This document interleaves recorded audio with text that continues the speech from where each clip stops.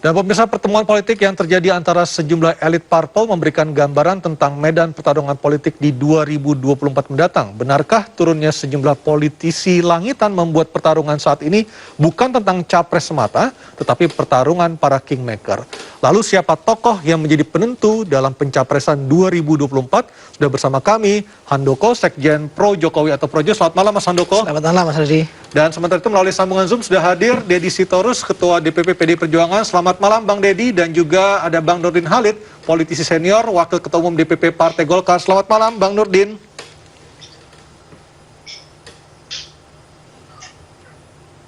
Selamat malam, Assalamualaikum warahmatullahi wabarakatuh. Waalaikumsalam warahmatullahi wabarakatuh. Saya ke Bang Deddy Sitorus dulu. Bang Deddy, apakah benar saat ini di PDIP sudah ada kelompok ataupun tim 8 yang bertugas untuk menjaring nama-nama capres maupun akan menjaring siapa mitra koalisi yang akan diajak bergabung dalam berkoalisi di pemilu mendatang, Bang Deddy? Wah, terus terang saya baru dengar ya ada kelompok 8. Saya belum bisa konfirmasi itu karena saya baru dengar dari Anda ini. Ada kelompok 8 untuk menjaring itu. Ya, itu yang kami dengar, ada nama Mbak Puan, ada nama Mas Prananda, ada nama Sekjen, ada nama Bendum, ada nama Wasekjen. Jadi belum bisa dikonfirmasi keberadaan tim 8 itu, Mas Deddy ya? Ya, kalau itu kan memang nama-nama yang memang secara rutin ya, hampir setiap hari atau paling tidak 2 kali seminggu bertemu dalam rangka menjalankan roda kepartaian ya. Jadi kalau yang tadi nama-nama disebut sudah pasti pemimpin inti partai gitu, tidak perlu disebut sebagai kelompok berapa gitu loh. Oke, baik. Untuk di PDIP sendiri sekarang muncul ada 2 kubu, ada kubu ke Mbak Puan, ada kubu ke Mas Ganjar. Sebenarnya konstelasi politik di antara teman-teman di PDIP ini seperti apa, Mas Deddy?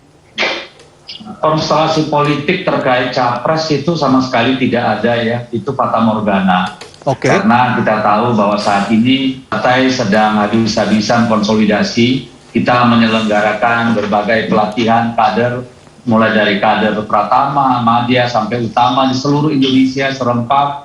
Kita melakukan berbagai kegiatan yang terkait langsung dengan masyarakat, dan kita juga masih fokus dalam upaya membantu pemerintah agar kita bisa keluar dari pandemi. Jadi setahu saya sih tidak ada pengkubu-kubuan di dalam PDI Perjuangan soal calon capres, tetapi tentu ada dinamika. Sebagai organisasi politik tentu ada dinamika, dan itu tidak kubu, karena kami itu fatsunnya, keputusannya adalah ada pada ketua umum partai gitu. Jadi kalaupun ada dinamika itu tidak bisa serta-merta digambarkan atau ditafsir sebagai ada perkubuan soal capres, karena itu masih sangat jauh ya. Kalau saya pribadi berpendapat mungkin paling cepat menjelang akhir tahun baru ada pembicaraan ke arah sana. Kita masih konsolidasi Mas, dan berupaya mendukung Pak Jokowi agar bisa keluar dari pandemi ini dan rebound ekonomi memang benar-benar bisa terjadi.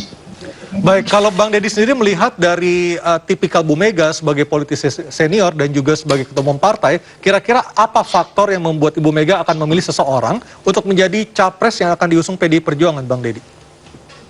Yang pertama tentu rekam jejak ya, karena tanpa rekam jejak ya, pengalaman dalam mengelola satu organisasi besar, satu tanggung jawab yang besar tentu sangat tidak mungkin untuk dipertimbangkan. Itu yang pertama. Yang kedua tentu terkait dengan ideologi.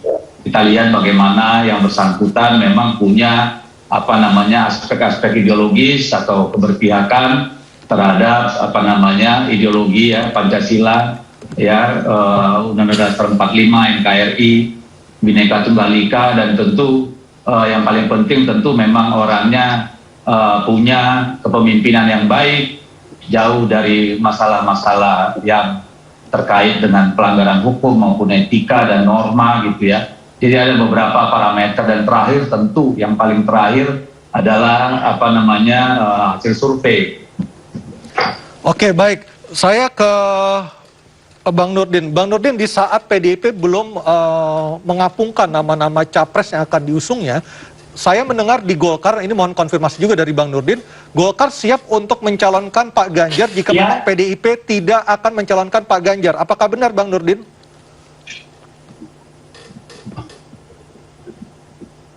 Ya, jadi sekarang saya kira KIB dan PDIP adalah partai yang paling siap untuk mencalonkan presiden maupun presiden dalam kontestasi politik 2024. Kenapa? Karena KIB sesuai dengan presiden threshold 20% itu sudah bersyarat, dan PDIP juga sekalipun tidak berkoalisi untuk mengusung itu sudah bersyarat. Oleh karena itu KIB dan PDIP paling siap menghadapi kontestasi politik yang datang. KIB tentu memprioritaskan kepada calon presidennya khusus untuk Partai Golkar telah diputuskan secara konstitusional, secara organisatoris, yaitu Pak Erlangga sebagai calon presiden. Dan itu bagi Golkar harga mati. Nah, tapi nanti kita lihat di KIB tentu masih berproses, sebab kita akan melihat daripada kondisi dinamika yang berkembang ke depan, tentu ada realitas, objektivitas. Tentu juga kita harus melihat kondisi itu sehingga KIB belum mengumumkan calon presidennya. Tapi saya sangat yakin bahwa Erlangga sebagai calon presiden yang sudah ditetapkan oleh Munas Partai Golkar tentu akan menjadi prioritas. Nah, memang pernah saya mewacanakan beberapa bulan yang lalu bahwa apabila Pak Ganjar tidak mendapat tempat di rumahnya sendiri, maka dari rumah Partai Golkar, tapi itu dalam konteks untuk mencari wakil presiden, bukan untuk calon presiden. Sebab calon presiden Golkar sudah menetapkan Pak Erlangga Hartarto. Apakah nanti ada perubahan untuk Golkar yang bisa merubah itu hanya Pak Erlangga sendiri?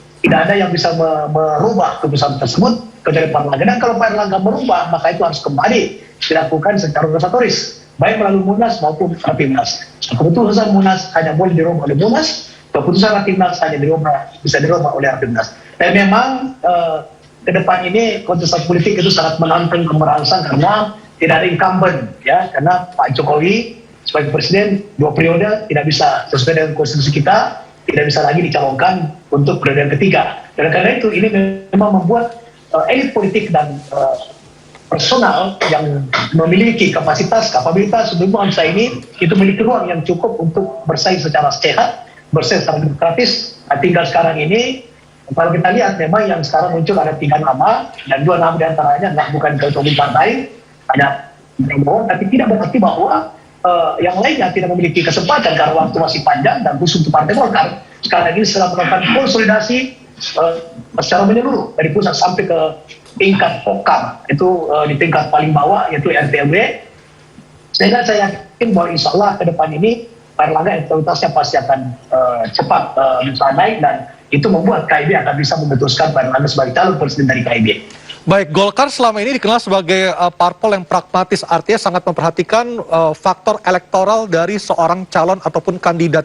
Apakah dengan posisi Pak Erlangga yang sampai sejauh ini masih keluar dari top 3 calon presiden yang disurvei dari sejumlah lembaga survei, apakah mungkin suatu saat komposisi ini akan berubah dan Golkar akan melihat seperti apa fenomena yang diinginkan oleh masyarakat, nama Pak Ganjar yang akhirnya akan diusung oleh KIB? Seberapa besar peluang itu, Bang Nurdin?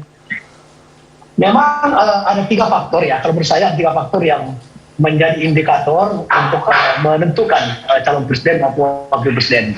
Yang pertama suara rakyat. Nah, karena kita ingin menang, maka yang paling menentukan adalah suara rakyat. Karena suara rakyat lah yang nanti akan menentukan di bilik suara siapa yang hendak mereka pilih. Karena kedaulatan dari tangan rakyat, maka suara rakyat harus menjadi perhatian utama daripada koalisi maupun partai akan mengusung calon presiden. Nah, ini indikatornya yang memang diukur dari survei. Tetapi survei bukan faktor paling utama, masih banyak faktor-faktor lain yang menentukan. 3 koalisi partai ini atau P3, PAN dan Golkar itu memiliki instrumen partai yang sangat mumpuni untuk menggerakkan daripada instrumen partai ini untuk memenangkan daripada calon presiden. Yang kedua adalah suara kader. Kenapa? Karena kader partai itu adalah memiliki keinginan, ada kemauan, ada kehendak, ada harapan untuk menjadi anggota DPRD, calon bupati, wakil bupati, calon gubernur untuk ikut dalam pilkada. Oleh karena itu tentu mereka juga suaranya itu harus kita dengar, aturannya harus kita pahami dalam menentukan calon presiden. Yang ketiga adalah suara parpol, suara partai politik, karena partai politik juga pasti ingin memenangkan 3 kontestasi politik di 2024, baik pilpres, pileg maupun pilkada. Maka 3 faktor ini akan menentukan daripada baik koalisi partai maupun partai yang PDIP misalnya tidak ada koalisi tapi berhak mencalonkan, itu pasti menjadi indikator untuk menentukan itu. Nah, khusus untuk KIB saya punya keyakinan sangat kuat bahwa dalam ngobrol politik yang dilakukan oleh Pak Erlangga maupun koordinator. So, KIB ini yang memiliki koordinator masing-masing, dan itu mereka selalu berkomunikasi. Setiap saat dinamika yang berkembang, mereka diskusikan, mereka bahas, kemudian mereka lakukan evaluasi. Sekarang adalah dalam proses pembahasan yang paling utama sekarang oleh KIB adalah bagaimana mensukseskan Pilpres 2024 itu dengan meminimalisasi daripada terjadinya polarisasi, khususnya politik identitas. Itu yang paling utama sekarang sedang dibahas oleh KIB, sehingga diharapkan bahwa Pilpres 2024 akan menghasilkan atau outputnya adalah damai, menghasilkan pemimpin yang betul-betul dikehendaki oleh sebagian besar rakyat Indonesia. Baik, saya ke Mas Handoko. Mas Handoko, Projo sebagai bukan institusi, tapi lebih kepada lembaga non-parpol mungkin bisa disebut sebagai seperti itu ya. Selama ini selalu dikait-kaitkan dengan Pak Ganjar. Jadi apapun keputusan Pak Jokowi, apapun kecondongan Pak Jokowi dan memilih seseorang, itu pasti akan disokong oleh Projo. Nah sebenarnya sampai sejauh ini, seberapa besar faktor Pak Ganjar yang ada di mata teman-teman di Projo? Kalau bicara begini ya, Pak Jokowi ini kan secara empirik memang lahir memenangi berbagai kontestasi mulai pilkada sampai pilpres. Itu ada satu faktor besar, yaitu faktor kekuatan relawan, di mana mereka bekerja dengan lincah, rapi, akhirnya memenangi, bisa membantu meskipun bukan peserta resmi, tetapi ini sangat membantu, sangat menentukan kemenangan Pak Jokowi. Dan sampai hari ini Pak Jokowi itu mempunyai reputasi yang baik, terbukti dengan survei-survei yang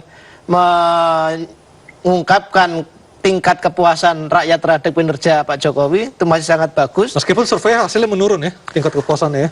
Ya, tapi overall seperti tadi dalam rilisnya Carta Politika misalnya, angkanya masih 68%, masih sangat baik. Dan tentu ini akan mempunyai influence yang sangat besar terhadap kontestasi Pilpres 2024.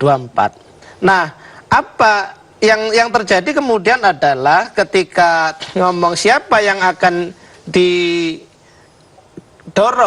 yang di-endorse oleh Pak Jokowi, pasti itu akan menjadi guidance bagi kawan-kawan di... Artis sudah pasti Pak Jokowi dukung siapa, maka Projo akan melegitimasi itu, seperti itu ya? Pasti, kami ikut Pak Jokowi. Jadi sekarang kami tidak ada sebetulnya di Projo itu belum ada satupun nama yang secara official, oh ini dukungan Projo, didukung oleh Projo, nggak ada. Bukan Pak Ganjar, bukan siapapun, ya. Siapapun masih sangat mungkin, karena Projo akan menggelar mekanisme tersendiri. Kami akan menggelar namanya musyawarah rakyat. Nanti saya akan tanya itu ya, musyawarah rakyat di 30 kota ya? Rencananya di semua provinsi, ya minimal 30 kota provinsi. Baik, nanti kita akan lanjutkan lagi Mas Handoko ya. Dan pemirsa tetap bersama kami, nanti Projo akan menggelar musyawarah rakyat di 30 kota di sejumlah provinsi, dan kita akan bertanya juga dari mana Projo mendapatkan dana untuk menggelar acara yang cukup memakan biaya tersebut. Kami akan segera kembali sesaat lagi.